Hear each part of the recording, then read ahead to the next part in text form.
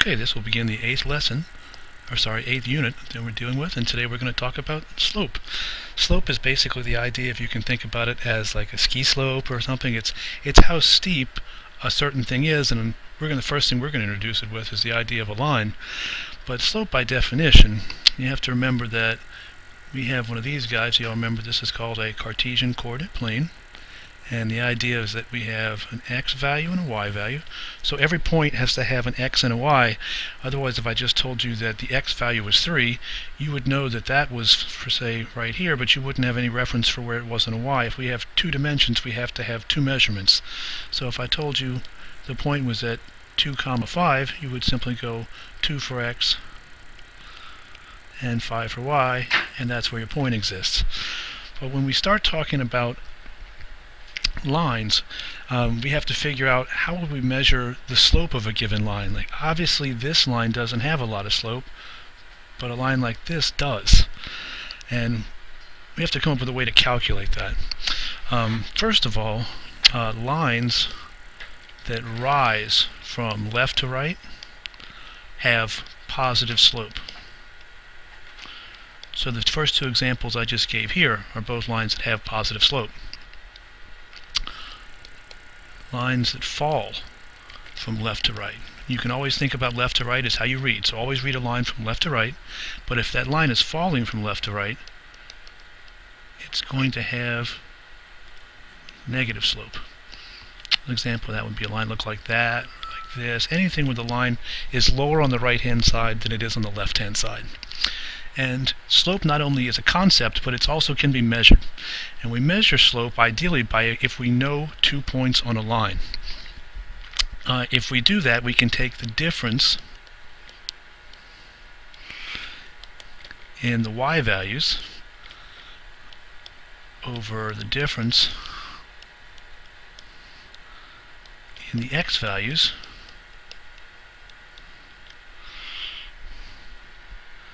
because slope by definition is how much a line rises versus how much it runs.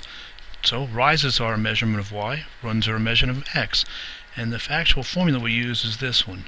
We say y sub 2 minus y sub 1 over x sub 2 minus x sub 1. And the idea behind that is the subs at the bottom here are just to distinguish between which point is which. And let me, I think, do an example of this and it'll be more clear. So I have a line, and that line has these 2 points on the line. So anytime you know 2 points on a line, you can calculate its slope. We always know x's come before y's, and then all you have to do is arbitrarily pick one point to be 1, the other point to be 0.2. So this is x sub 1, y sub 1, and this is x sub 2, y sub 2. If I were to reverse these and make these 1s and these 2s, perfectly okay, you'll still get the same calculation for slope. But in my formula we would say, okay, the slope, which we call m, would be y sub 2, which is 11, minus y sub 1, which is 5, divided by x sub 2, which is 1, and you got to be careful with this, minus negative 4. So m is 11 minus 5 is 6, but 1 minus negative 4, when you have two negatives together, that's really 1 plus 4, which is 5. So this line would then rise from left to right because it has a positive value for slope. And as you can see, it rises a bit more than it runs, which means that it's more than a 45-degree angle. But that's neither here nor there. Let's look at one more example, and then I'll give you two exceptions, and we'll be done. So I'm going to make this x sub 1, y sub 1, x sub 2, y sub 2. These are an example of 2 points that happen to be on a line. So I've got 11 minus 7 over negative 3 minus 3. That's 4 over negative 6, which is a fraction that can be simplified to negative 2/3. So this line falls from left to right and has a slope of negative 2/3. Well, going back to a graph, if I had say, a horizontal line, and I think I can pull one of those up for you real quick. Yep. So say I had this line right here, and I wanted to calculate the slope of it, and I knew 2 points on it. This would be point 2 comma 4, we'll call it. And this other point here would be 5 comma 4.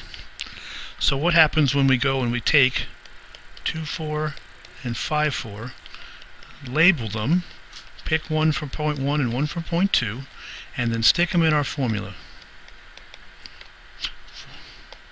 What is 0 divided by 3? Put 0, horizontal line, therefore, has a value of 0 for slope.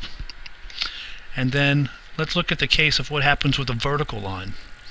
In a vertical line, so I've got my coordinate plane, and I've got a line. Let's do this one.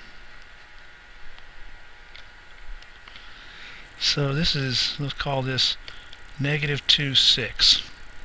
And we'll call this -2, -2. Well, okay, so I've got my two different points.